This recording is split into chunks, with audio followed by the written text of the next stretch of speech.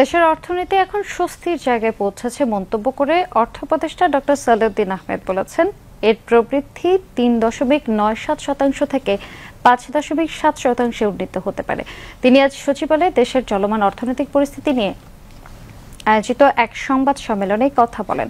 এ সময় অর্থ মন্ত্রণালয়ের ঊর্ধ্বতন কর্মকর্তাগণ উপস্থিত ছিলেন। বিস্তারিত প্রতিবেদনে।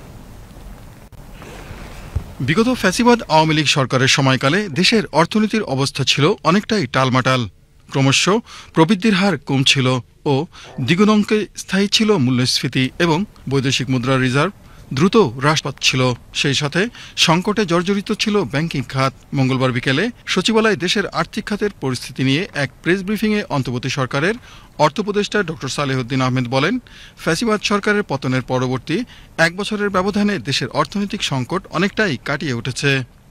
আর্থিক খাতে একটা বিশাল যে একটা mismanagement, corruption, lack of governance, তারপরে মুদ্রা পাচার, এগুলি নিয়ে খাদের কিনারে গিয়ে উনি আর একটু বেশি বলছেন, পড়ে গিয়ে হয়তো আইসিইউতে গিয়ে আমি বলছি আমরা তো পড়ে যাই নাই, সেখান থেকে আমরা একটু ঘুরে দাঁড়িয়েছি। এখন এক বছর পরে যখন আমরা দেখি আমরা নিজেদের আমাদের মতে মোটামুটি সন্তোষজনক, কিছুটা স্টেবল হয়েছে। তবে পুরোপুরি ঠিক না হলেও পরিস্থিতি মোকাবেলায় মূল্যস্ফীতি এবং রিজার্ভের ক্ষেত্রে উন্নতির ধারা অব্যাহত রয়েছে জানিয়ে উপদেষ্টা বলেন, দেশের মূল্যস্ফীতি শীঘ্রই ৬% নেমে আসবে। আমরা আশা করছি 5.5 করতে পারবো। তা গ্রোথ তো সব না, সাথে সাথে কোয়ালিটি অফ এটাও দেখতে হবে। যাও তবু এটা দেখার বিষয়। এমপ্লয়মেন্টে ডেফিনেটলি একটা প্রায়োরিটি আমাদের হওয়া উচিত, হয়তো সেটাতে আমরা অ্যাড্রেস করতে।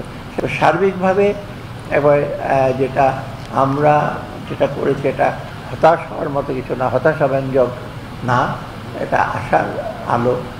And of the tunnel is, light is there. রাজস্ব আদায় এখনও চ্যালেঞ্জ আছে।